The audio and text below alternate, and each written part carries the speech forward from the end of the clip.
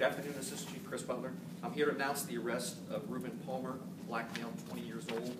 The victim in this case is Walter Nicholson, black male, 33 years old. We've got his criminal history, and we'll get that through the police information officer. On Sunday, December 30th, 2012, at 10:06 p.m., police officers were dispatched at the intersection of Biscayne Boulevard and Bar-Vic Lane. When they arrived, they found the victim suffering from a gunshot wound. He was actually on the porch of a house. The victim was transported to the hospital, and he later died. Homicide Team 2 responded to the scene, and Detective Scott conducted the investigation. Our investigation revealed that the victim telephoned a chat room and agreed to meet with the suspect. When they met, the suspect pulled out a handgun and robbed the victim. The victim was then forced into his own car, taken to an ATM at a nearby bank where he was forced to withdraw more money.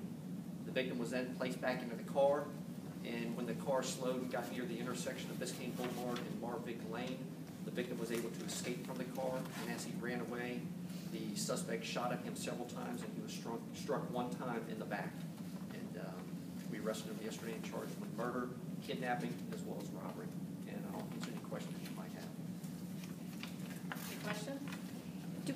Sorry, Channel 4, Heather Lee. Do we have a motive here? Why were they meeting?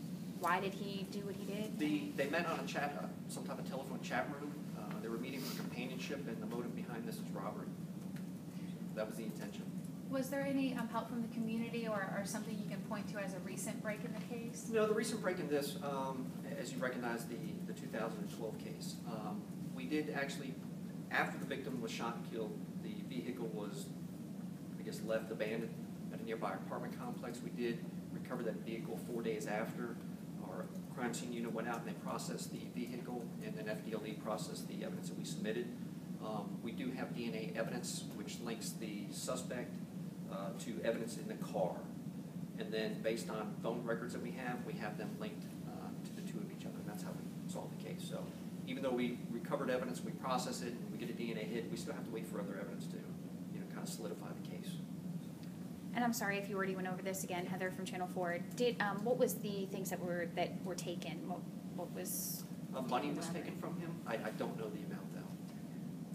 Chief Schaller from Sargent. Was the car taken at gunpoint? Was the victim? Yes. Tried? It was. Any other questions? Richard, the first question is this the suspect's, has he done this before? Is there any record of him doing something like this before? I mean, acts of violence? Well, no. Well, yeah, that too. And having people meet him on a line, on a chat, and meeting him. And he's actually been incarcerated since 2013 at our jail awaiting trial for some other robbery charges. It's still under investigation as far as whether or not there's anything else that links him to other crimes. Letitia Barriol with Action News. Sorry, I didn't tell you before. Any sort of warning to people with meeting people online, or what can you tell people that find companionship without meeting someone first? I mean, my recommendation, personal recommendation, is if you're going to meet somebody, don't meet them alone, and have some type of safety plan in place that somebody knows where you're going, why you're going there, and always take somebody with you. Jim from Targini, Nicholson was the passenger at the time he fled the vehicle. Is that right? You said Nicholson fled.